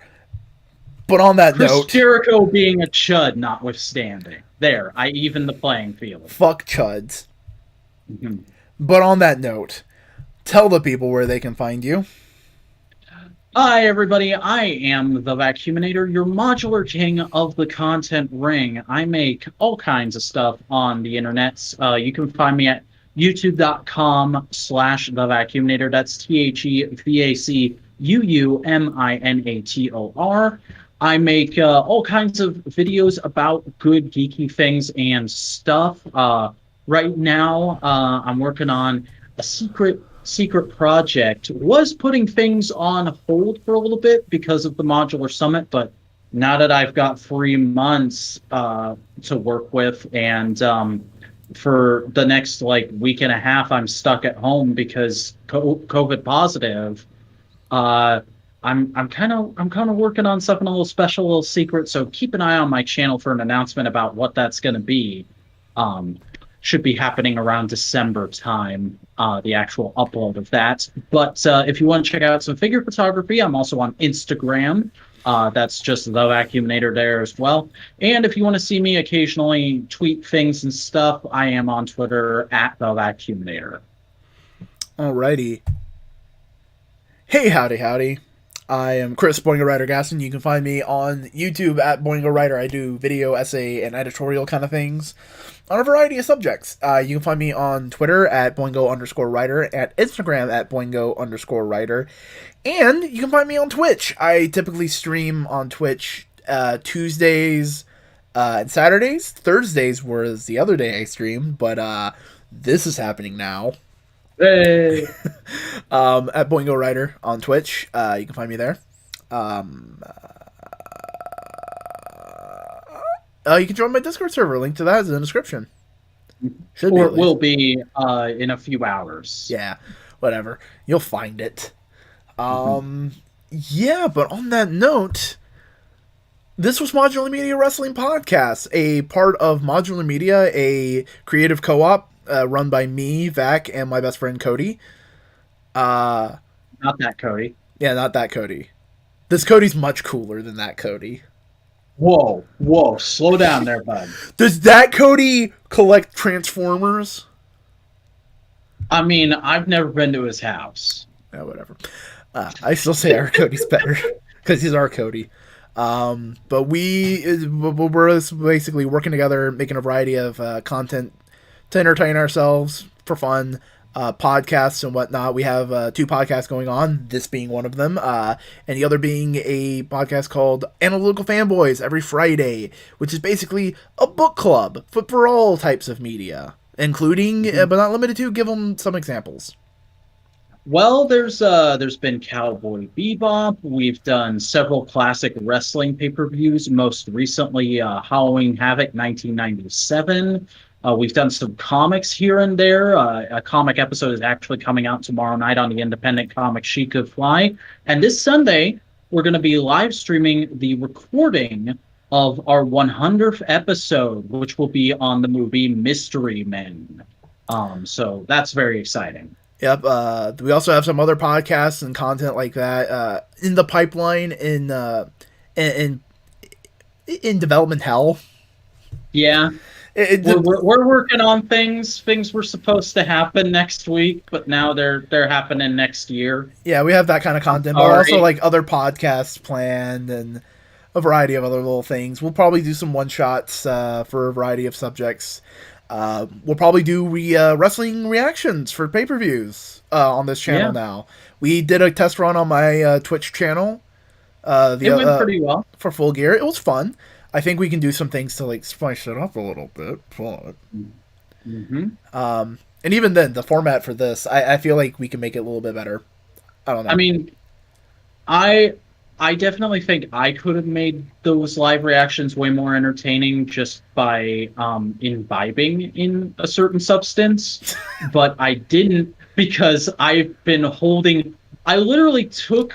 So this is something I wasn't going to tell you guys until you got here. But I actually had a month-long purposeful dry spell so that I could start drinking again on the opening ceremonies for the summit.